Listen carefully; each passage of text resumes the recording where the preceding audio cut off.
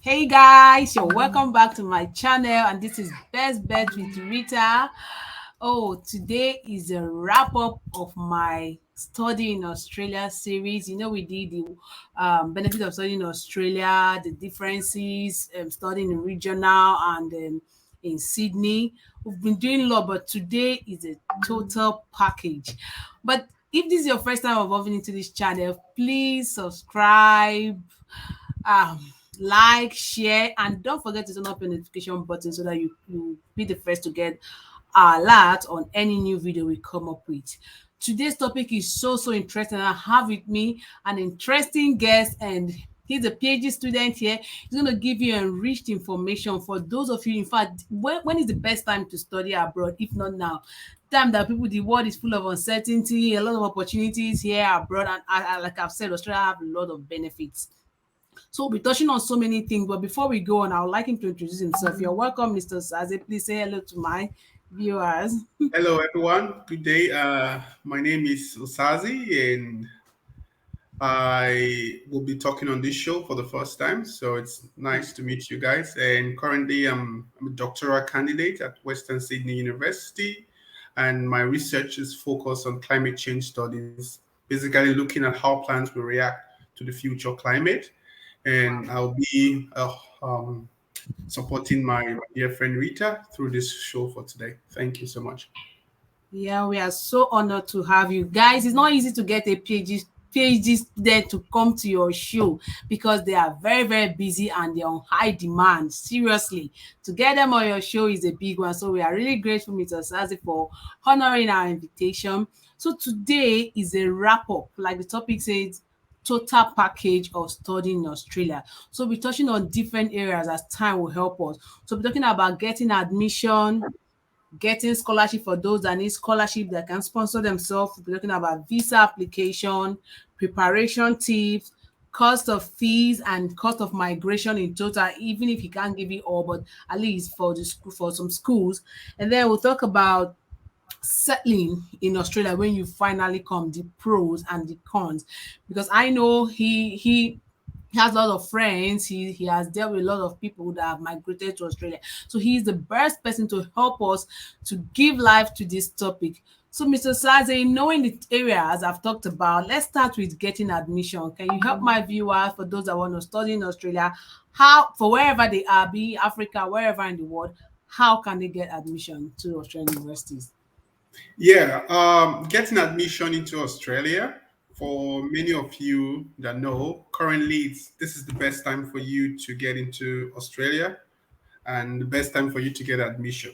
But for some people, they think it's very hard. Well, for a person, I think it's very easy. There are two pathways you can get admission into Australia. You can use an education agency, and you can do it yourself.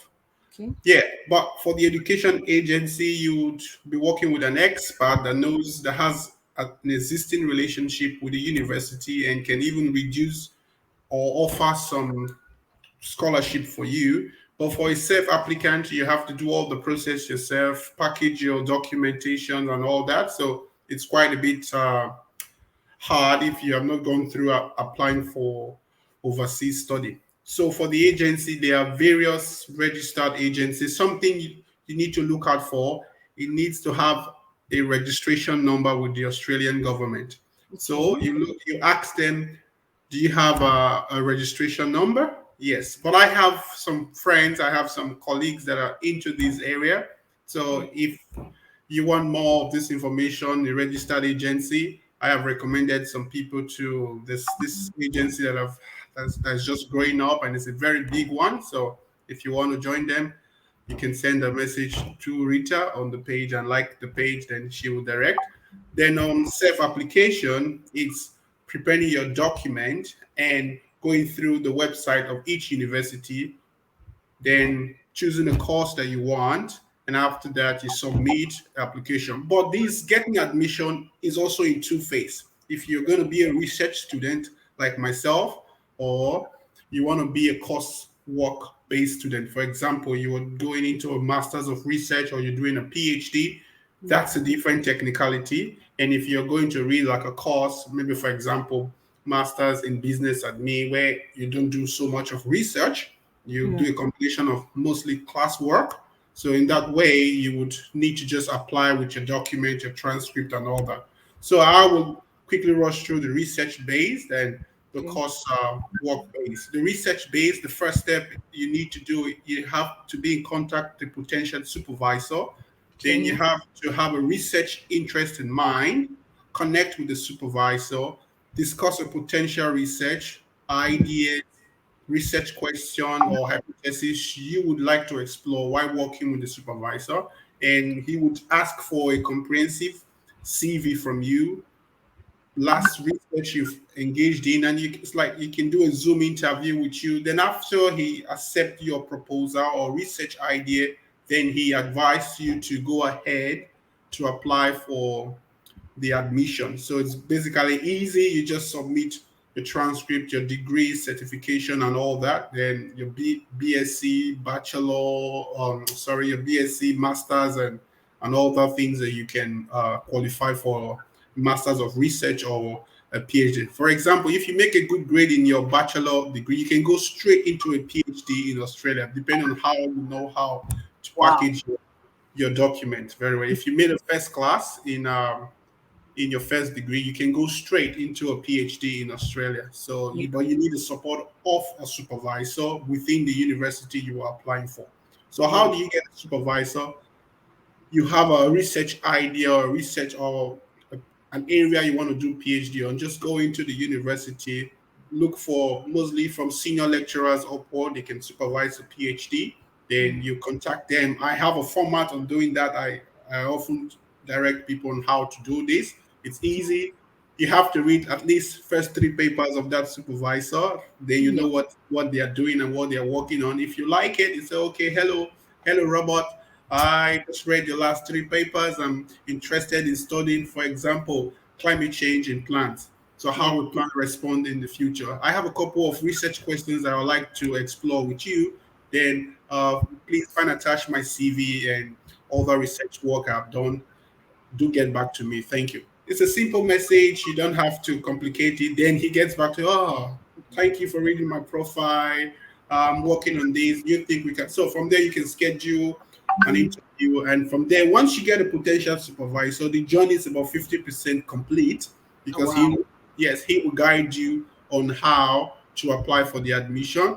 Then both of you will discuss potential research and scholarship opportunities that are within that research areas. So Yeah. if your profile is quite solid enough, when I mean solid, your degree, you made a first class or you made a 2-1, and you, even if you made a 2-1, but you've done some research papers, some articles, you could use that to increase your probability, your potential of getting the scholarship. So he will run through those things. And lucky, if you might be lucky, he might have research fund Yeah. for a project. He will just put you in. You don't need to go through any selection process. Then Yeah. he gets you into the research. So with that, you submit an application. Then you get assessed by the graduate research school. Because he's part of the research school, he knows you will get it for sure. So it's Yeah. not, that's why I say it's about 50% done. So for a research admission, there are two type of scholarship you can apply: the Okay. general school application and the research grant-based scholarship. Like I said, you Yeah. go into this general pool by the university. That's like a research training program, the ROTP. Then Yeah. a grant or research-based project. Maybe the supervisor has received a grant for a project and is bringing you in as part of as part of a PhD student to work on that project. So Yeah. that's two ways. So, but if you are course based study, like you're just doing a coursework masters, yeah. So what you do, you go through. There are different um scholarship listed on the website. So you just go through the website and write a motivation letter, why you think you should be selected and why you think you're better. So you are going to be going through with every other applicant, submit what makes you stand out with all other people. Then you, when you are selected, so those scholarship, you can have different grades. You can have 50% scholarship, Yeah. uh, 5% scholarship, or even a full scholarship. Some Yeah. terms and conditions will also apply for those scholarships. The same with any scholarship around the True. world. Yeah. So That's getting admission is quite the easy part. I don't think it's hard. It's just submit, fill forms, and Yeah. get assessed by the school. And usually, admission doesn't take 3 to 4 weeks to return back to you if you are do your documentation properly. So Yeah. after admission, you try to look if you can get scholarship, discuss, go through the page of the university. There are scholarship sections. The ones they ask, are you a research student or a coursework? You click research or coursework. So there are various scholarships that will fall into your category of study. Then Yeah. after that, you apply for the scholarship. So the key things you need to work on your admission and your scholarship is your letter of motivation. Why Yeah. you why you want this and what makes you stand out for from others. So for a research scholarship, they should focus on how many publications they have, how many research tools they can bring into the team. For a Yeah. course, you should focus on what is your driving force for the course. What are you going to do after you get the scholarship? Then are you going to apply it within Australia or you're planning to go home? For example, some scholarship wants you to go home, but I Yeah. guess most of us would not want to apply for such scholarship. Yeah. But say I got some of those scholarship, I didn't choose them because I have my own reasons why I didn't choose them. But there are Yeah. ways to go around it if you want to. There are Yeah. ways to you can get the scholarship, finish it, then touch down back in Nigeria. Then after you touch back in Nigeria, 1 month that bond is already broken. Then you can come back again to Australia. After before you leave, make sure you have arrangements with a potential supervisor before you leave to start another study. Yeah. So Yeah. yeah, so admission process scholarship, it's Yeah. quite easy, but you need to know some tiny bit of information. So I think the best bet for anyone coming to Australia is Yeah. to have a scholarship because it's quite expensive without a scholarship. So Yeah, true. yeah. So after you apply for a scholarship, you get admission. Then these documents will help you to get a visa. That's Yeah.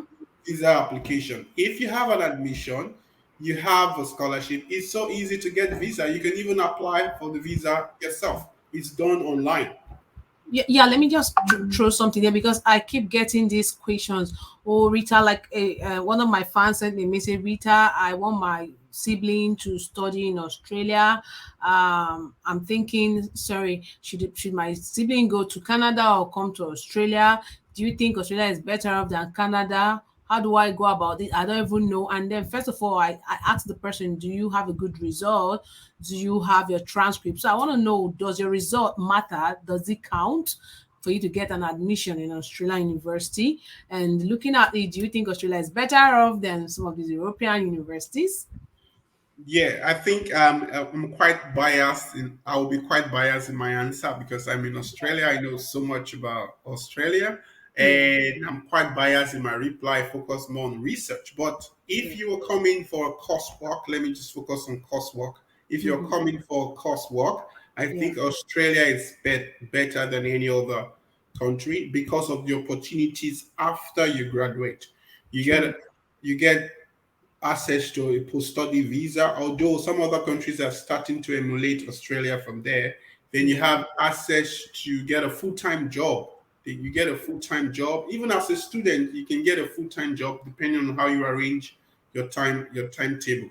Yeah. yeah, So I think your result matters in anything you do about education. Result matters, but again, there are limits where your result doesn't apply. For a coursework, you just need to have a good grade, like a 2.1 or 2.2. It's enough to get admission. They don't really need only first class, no, because you are the one paying your fees. They yeah, just as far as you can pay your fees, they're going to take you. But maybe a third class might be able to apply as well with some special letter of motivation and all that, and why you think you should be considered for that. And for example, even if you have a TED class, there are some courses you had A in your transcript. So you could say, I'm going into this area, I'm good in this area in my study. I know I'm bad in every other area, but this is the area I think I'm good. Now I want to do a proper study there. They would yeah, consider you for that. So they don't just look at result only, they look at what is the driving force why True. you want to study and the probability of you being able to pay for the fees. Yeah, that's a Yeah. very sensible look. Yeah. Yeah, true. Because I remember when I was to get my admission into social works, I was asked my driving force, my motivation, and then I told them the reason why I wanted to help people because social work's about helping people. So, like he said, it's about your driving force for coursework, but for research, you need to be very outstanding to get into any Yes, research. yes. Yeah. Research is quite technical and competitive. Yeah. Yeah, If and I'd you also like to reiterate something. You need to get your documents ready and very as in you need to have smart. your document and Yeah. yeah, because you can't be looking for admission or scholarship and you don't have your transcript put together. You know, it's not like you like nobody have time to waste. So if you are looking for admission in Australia, I think your document need to be ready. So let's move on to the next question, which is preparation tips, cost of fees and migration, cost of migration. Because people keep asking me, every time you're in Australia, it's like you have too much money before you move. Like, how much do I need to save? Is this so much? Like, can I move with my family? Can I move alone? Like, I think I throw this question to you. Yeah, I think I like to share my experience on this. I really don't have money before I came down to Australia. It Okay. was a very hard process for me to come with some family support here and there. But someone say, "What if I don't have a family support?" Yeah, you can start from somewhere. You can start from somewhere. So preparation is start gathering your paperwork, your transcript, like what Rita said. Get your transcript in soft copy form, get your university. It's hard for a Nigerian university to give transcript. I don't know why they hide what is your Oh, own right. and you Yeah, pay so much to get it. so much to get it, but try any way you want to get it. Get the soft copy so that you Yeah. can apply for multiple to you can apply to multiple universities at a go. So get Yeah. your document, get a format for a CV, get a format for a motivation letter, make your own storyline and try to drive a story that is pushing you to why you want to start other than migration. They don't want to hear that you want to migrate, to be honest. That should not be the line, the punchy line. The punchy line should be something you plan to gain from the course and you want to go back to apply it in your home Exactly. country. If you don't go back, it's that's your own decision to Yeah. make. Yeah. So we went through that process, motivation, but somehow your motivation can also change as soon as you stay in Australia. So Yeah. so get this document ready, then get have a course in mind that you want to study. Look at your transcript. Look at what is the strength within those your transcript that you can transfer into the new course of study. Yeah, Yeah. so I think that's a preparation stage. Then get a little bit of finance in terms of application fees. The universities don't charge application fees. They don't charge application fee. That's one good thing that makes Australia better than every other country. You pay application Yeah. fee, no application fee, but visa application fee is there. After you get your study, you will need a visa application fee. Yeah. After you get your admission, before you get your confirmation of enrollment, you will pay a deposit for the tuition fee deposit, which Yeah. that confirmation of enrollment, you can apply for a visa. So Yeah. you can explain to them that you don't have to have all the full tuition fee. You can pay one fourth of the tuition fee, and Okay. they will give you a confirmation of enrollment. And with that confirmation of enrollment, it's a bulletproof document that you submit to the immigration embassy. They would honor it and give you a visa. Yeah, that's true. So some uni want you to pay half, some uni want you to pay one fourth. But this agency, like I told you about, they have a way to bend the uni to take one fourth. I know a couple of these agencies that can help people to do that. They will Yeah. just when you come in, you can walk and pay your tuition fee by yourself. So like I said, you can pay your tuition fee by yourself, all by hustling and doing a little job here and there. That's the good thing. You can live independent as a student, paying your fees, even helping your people back home and helping everyone back home while as a student. So imagine what will happen as soon as you graduate. It's a True. whole good place to make good money and Yeah, good that, opportunity for others to come as well. yeah. So, what about people that want to migrate with family or with their spouse or with their kids? Is it easy, or what advice do you have to give to people that want to migrate with family? Is it so expensive? What do you think? And again, if you have intention of your spouse studying, like take for instance me, when I came here, I didn't have the intention of studying. My husband came through a PhD. So, but when I got here, I realized that with my result, I could do something. And I don't know whether there was a clause in my visa. I don't know, but I applied and I got the admission to study. And first of all, I was asked to get a visa to study. And I told them I already have up to 4 5 years visa. So why would I be applying again for a study visa when I already have a study visa with my husband? So I don't know, that clause didn't apply to me and I finished my master, but I don't know what was the reason for that. I don't know that there are people that their spouse are not able, or what do you advise, like from what I've said? Yeah, Rita, your experience is quite. I think there's a mistake most people make, especially for research students when they Yeah. want to apply for their spouse. Okay. If you pay application fee for yourself and you pay for your spouse, they will have a right to study any course they want to study. Some people pay only application fee for themselves. It usually happens when you apply for yourself and your spouse at the same time. It will just pop out one application fee. So you are not allowed to study more than 3 months study. Oh yeah.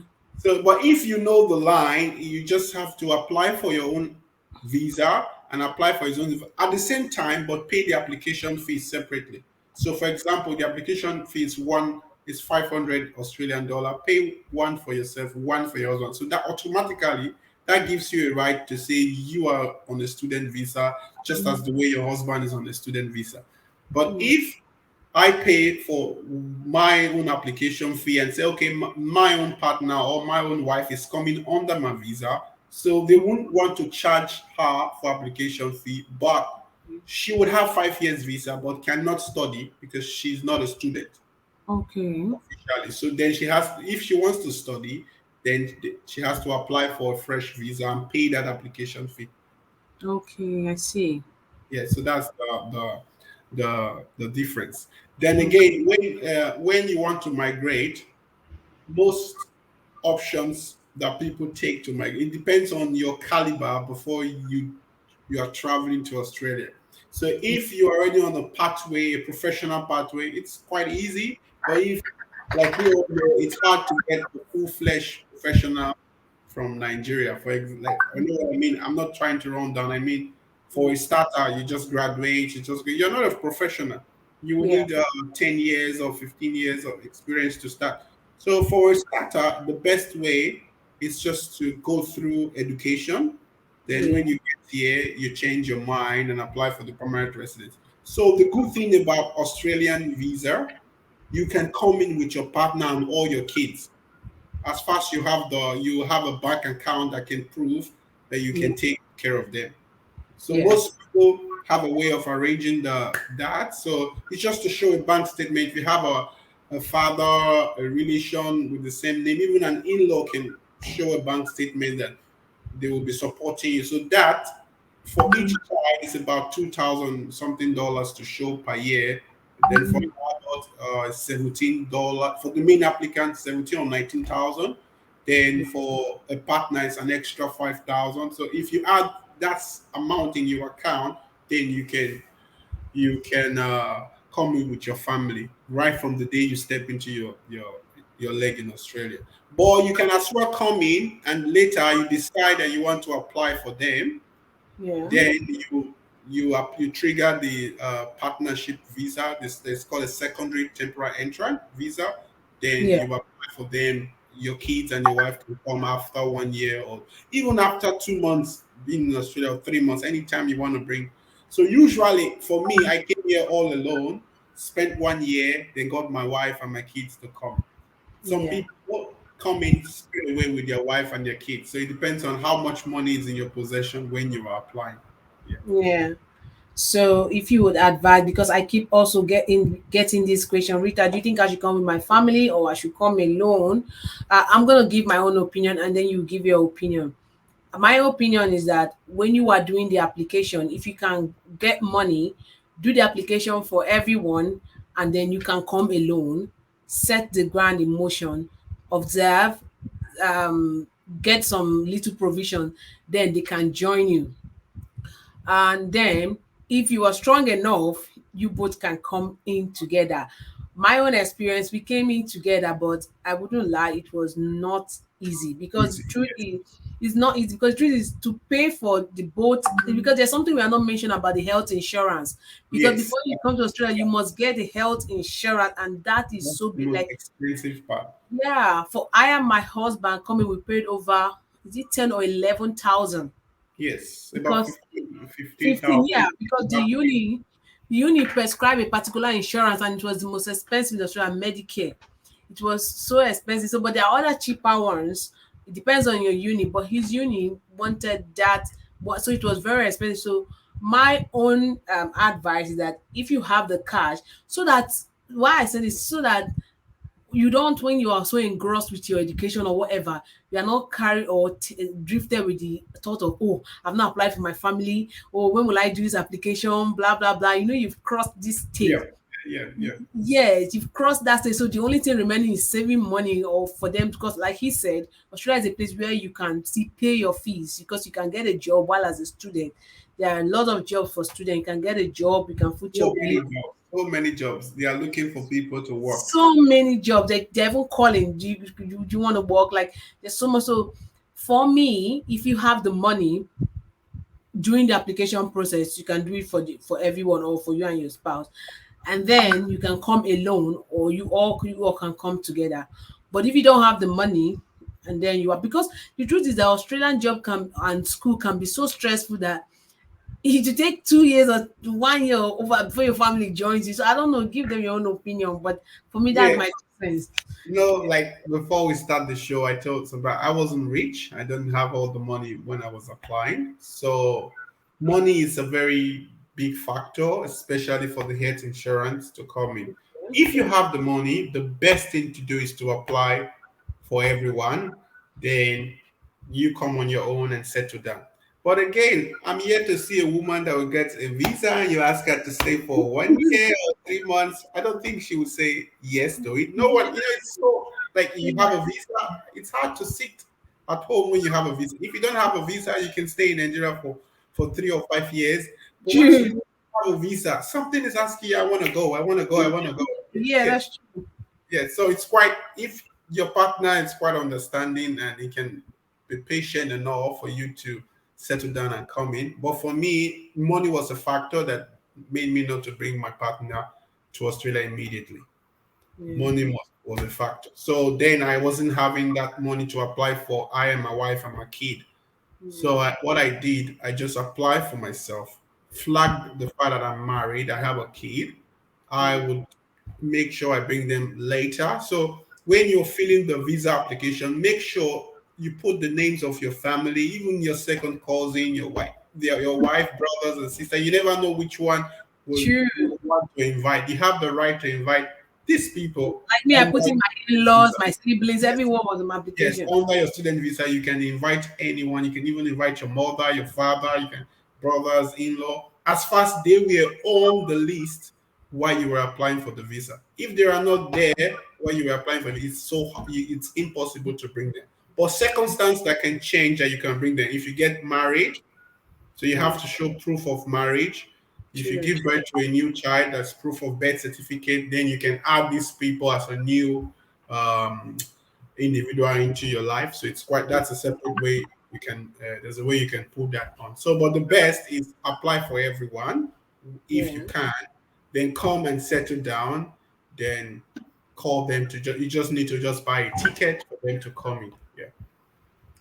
So yeah, and I I know think really. Yeah, go on.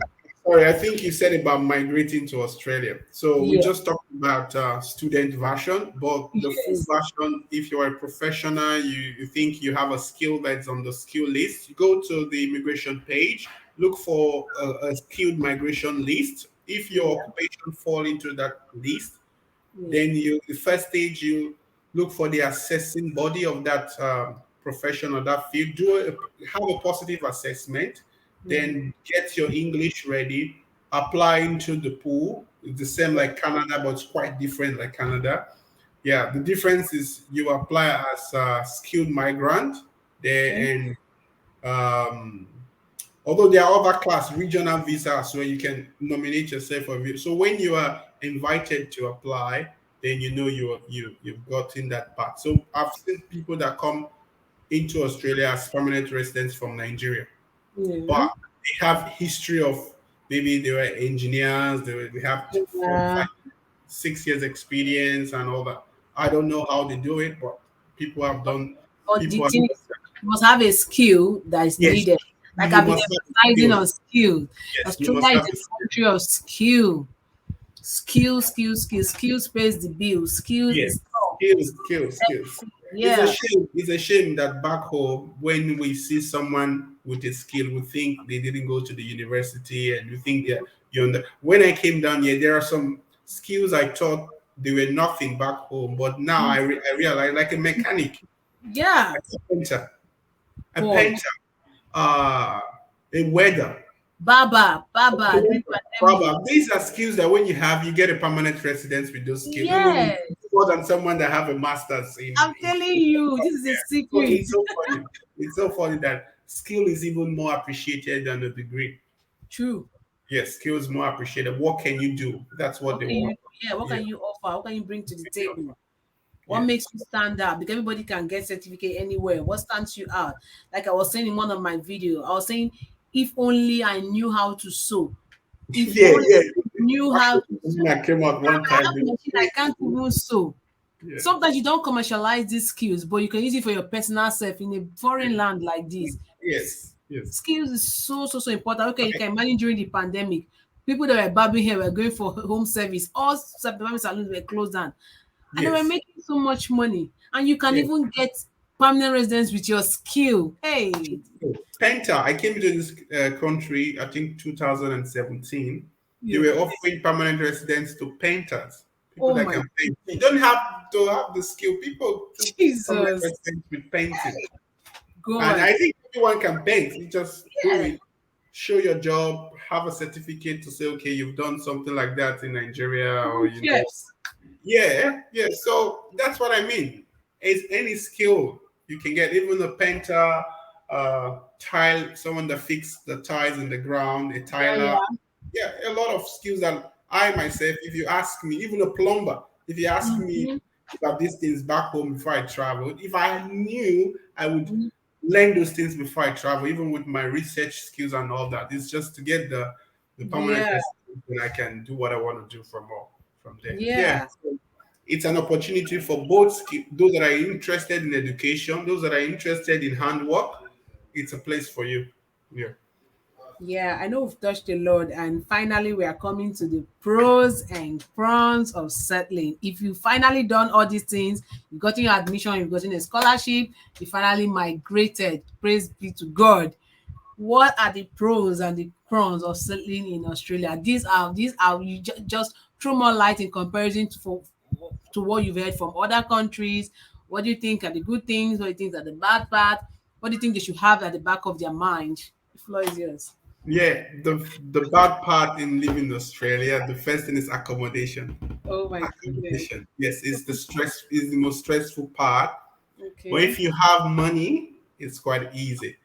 Yeah. If you it's like when I came in, I stayed in a shared unit. From there, moving to my own apartment like that. So you can walk your way slowly, but True. the real estate market here is quite crazy and expensive. But True. if you have a job, you can pay for it. So everything is standardized with the minimum wage. True. So if you don't have a job, that's when it's hard. But if you Yeah. have a job, you can obviously pay your bills. It's easy to pay your bills. Yeah, so Very that's I think that's the hard part, having the property or having a house and having a job. Once you have a job, you have a house, everything goes, your bills is quite easy for you to pay. Then one problem with living in Australia is you learn how not to press your calculator to convert how much you pay for a house compared to your naira you want in we all Nigeria. did that. So But funny enough, you can imagine in a week we pay our rent here every week, and you yeah. can think you some of us pay about 100,000 every week. So That's if what I you was telling if someone. you Like take yesterday, the she was calculator saying, and "Yeah, you want to warm mad that you're paying 100,000 a I'm week telling for you," she was an like, apartment. "Rita, how is your rent?" I was like, "We pay rent weekly, and if I tell you the amount, Yes, yes, is yes. 7 years rent for someone back home that I'm paying in a year." Yeah, in a Oh my year. So God. yeah, I Yeah, think go on. that's for me. That's what I found initially very hard for me to accept because I know how much I pay for an apartment back home in Yeah, Benin. I stay in Benin. I yeah. pay I think about 180,000 for a 3 bedroom for a Wow. year, and I come here. That amount is what I pay in 2 weeks. So I'm so telling you. yeah, it's quite hard for you. Yeah. But if you think about it within the Australian context, you are Mm-hmm. working. The money they pay to you while working is also commensurate with the expensive with the expenses you are going to incur here as well. So True. don't get don't worry too much about it. Get a job, you can pay your bills. They won't the same thing. They might be paying you what someone would earn in 3 months, in a week. Yeah. So it's to me it's like plus and minus at the same time. Yeah. Yeah, that's So true. yeah, another problem of studying in Australia is you might have a little bit of change in food if you don't know how to adapt to new style of food. But some of us slowly are we are trying to bring Africa down to Australia, bring Nigeria down to Australia, and try to cook. Like Rita, she's a very good cook, so she's bringing Nigeria Yeah. down to Australia with the way she cook, which is good. Yeah. So apart from the food, if you're not a fussy eater, so you should be able to adapt to the food. Then again, you must learn how to wake up on time. You have to Mm. learn how to do three things at the same time. It's a continuous life. You sleep, you get up, you go to study, you read your books. It's like everything is happening to you at the same time. Yeah, Yeah. and you don't have that time to discuss with someone back home. So yeah, Yeah. it's a fast paced it's a fast paced life. Yeah. Yeah, the advantage, like we said, every Nigerian wants to hear money. They like That's this part. advantage, yeah. Yeah. Opportunity for your kids tomorrow if you have families, a good place for them to start. Then obviously no taking of light, NEPA. There's constant light. There's constant Internet. yeah, internet. Every house have a wireless network, and so Yeah. everything is quite easy on that end. But again, you don't have too much African community, but we have it, but we are still growing here, and we are growing and growing and growing here. So again, so those are the limit. You might not expect to have the way things are run back home. Yeah, you have to change the way you talk to someone, the way you approach someone. If you are single, you want to approach someone. It's a whole different game. It's not Yeah. hey, come here. It's like yeah. So what you can learn, you can adapt, you Yeah. can by just asking a question, by reading articles online, you can just shift your knowledge to to the knowledge of the country. So other than that, no stress. I think another advantage you can get while you study in Australia is your result is quite as acceptable to any other countries, the big True. countries. Yes, once you go there with your certificate, they know you've done something from one of the competitive countries in the world. But So, there's something that we're forgetting. Sorry. How is the educational system? Like, I know it's self learning. I did a lot of self growing in my master's because yeah, everything is online. I had to get every information I want on my portal. Like, everything you have to get yourself IT. So you need to be up on your game to be able to yes, cope with the Australian educational system because you must be self sufficient and nobody's here to spoon or deceit manage you. you. Yeah, you have to be smart. That's it. So if you want to study in Australia, no lazy study. You have to be there. I don't know. You have something to say about that? Yeah, let me just go a little bit away from what Rita said. Don't be scared with the smartness, but Mm, there are always people there to help you. Student yeah. support. So Rita is so smart that she did not want to access student support. So So there's student support for you at any time. You can call at any time. Someone is there to help you. If you yeah, are confused, someone will take you away from your confusion and put you in a good state. So true. unlike where you have to suffer, if you don't understand, someone will break it down for you. Someone will True. explain for you. Yeah, it's friendly. For some university, they've understood that there is limitation with international students. Some universities are quite good with international students. Some are really bad. They think everyone should start from that stage. Some Yeah. universities will start you slowly. They have study group, uh, True. yeah, international body that you can, if you're having challenge, even financial challenge, educational, then there are people that you can meet. You need a therapy that's free for you as a student. Yeah. So these are some Counseling. of the things people are ready to help. And with time, I have a friend that it's not really good with internet, but he graduated. So yeah, Yeah, so you see?